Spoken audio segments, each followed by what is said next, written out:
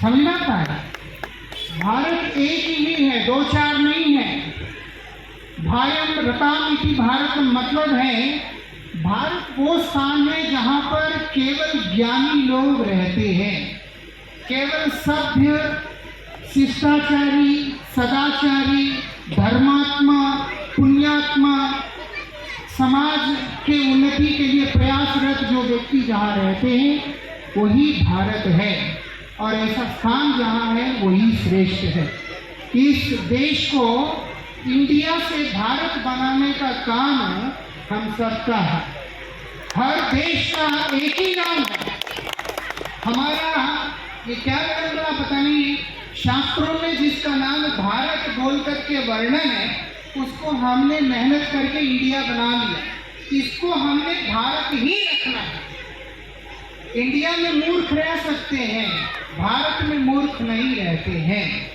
भारत मतलब है कि परम ज्ञानियों का स्थान, जो दूसरों का अच्छा करने वालों का स्थान, जिसके अंदर समाज के उन्नति के लिए प्रयास की भावना है वो सब भारतवासी है। याद रखिएगा, जो दूसरों का नुकसान पहुंचाने के मनोभाव जिनमें हैं, जो अपने ही स्वार्थ को केंद्र करके चलते हैं, वो लोग भारतवासी नहीं है। एक भारत श्रेष्ठ भारत का अगर आप लोग एक नारा, एक उत्साह, एक आवाज को लेकर चलते हैं, सब मिलजुल करके रहने का प्रयास कीजिएगा। हमारा विचार ही वसुधैव कुटुंबकम का विचार है। हम सब एक परिवार हैं, एक ही भाव से हमने रहना है। और एक शब्द में और कहना चाहूँगा, मुझे जब यहाँ पर बुलाया वो गोभक्त भी थे साथ में, बोलते कि गौ माता की सचिन जी जो है अभी मिलके भी गए।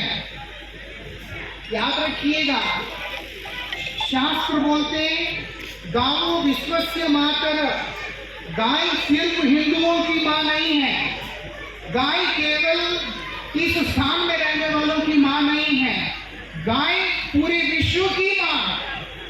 इसीलिए अगर जो व्यक्ति विश्व के अंदर किसी भी कोने में गौ माता की सेवा करने से चूक जाता है तो वो घर में कोई भी सुखी कभी भी नहीं रह सकता है। जो लोग गौ सेवा करते उनका साथ देना, उनके साथ खड़े रहना, अपने अपने सामर्थ्य के अनुसार जैसे भी कर सकते सेवा जरूर करना। गौ माता की सेवा से ही, अब आप देखिएगा, घर में अगर माँ दुखी है वो घर कभी भी पल नहीं सकता। ये धरती हमारी माँ है, कोई कुछ भी बोले, गाय हमारी माँ है, ये पूरी जगत की माँ। गौ माता की सेवा बहुत जरूरी है। महाभारत में बताया, बोलते मातरम सर्वभूतेषु गावो सर्व सुख प्रदा।